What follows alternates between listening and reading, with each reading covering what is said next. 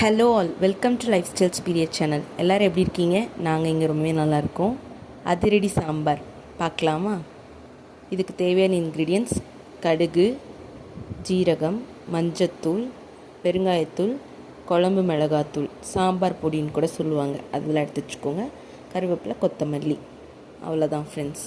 இப்போ ஒரு கடாயை நல்லா ஹீட் பண்ணிக்கோங்க.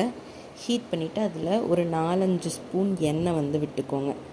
அது விட்டதுக்கப்புறமா அந்த எண்ணெய் நல்லா சூடாகணும். சூடானதுக்கப்புறமா தான் கடுகு என்றைக்குமே போடணும். ஸோ கடுகு போட்டுக்கோங்க.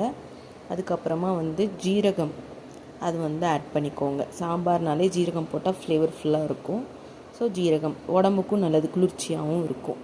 அதுக்கப்புறமா ஒரு கைப்பிடி அளவு கருவேப்பிலையை ஆட் பண்ணிக்கோங்க. அது நல்லா பொரிஞ்சு வந்ததுக்கப்புறமா பெருங்காயத்தூள், தாளிக்கும் போதே பெருங்காயத்தூள் போட்டால் தான் அந்த சாம்பார் மணமாக இருக்கும்.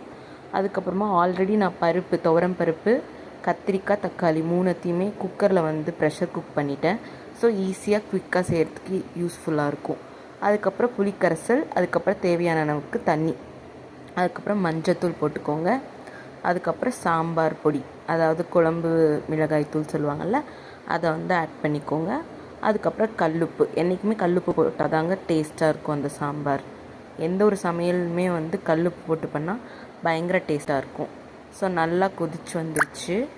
ரொம்பவும் திக்காக விட்டுறாதீங்க. ஓரளவுக்கு திக்கான உடனே அதில் ஒரு கைப்பிடி அளவுக்கு கொத்தமல்லி தலையை ஆட் பண்ணிக்கோங்க. வேணும்னா புதினாவும் ஆட் பண்ணுங்கள், நல்லா ஃப்ளேவராக தான் இருக்கும். அது ஒரு வகையான ஃப்ளேவர் கொடுக்கும்.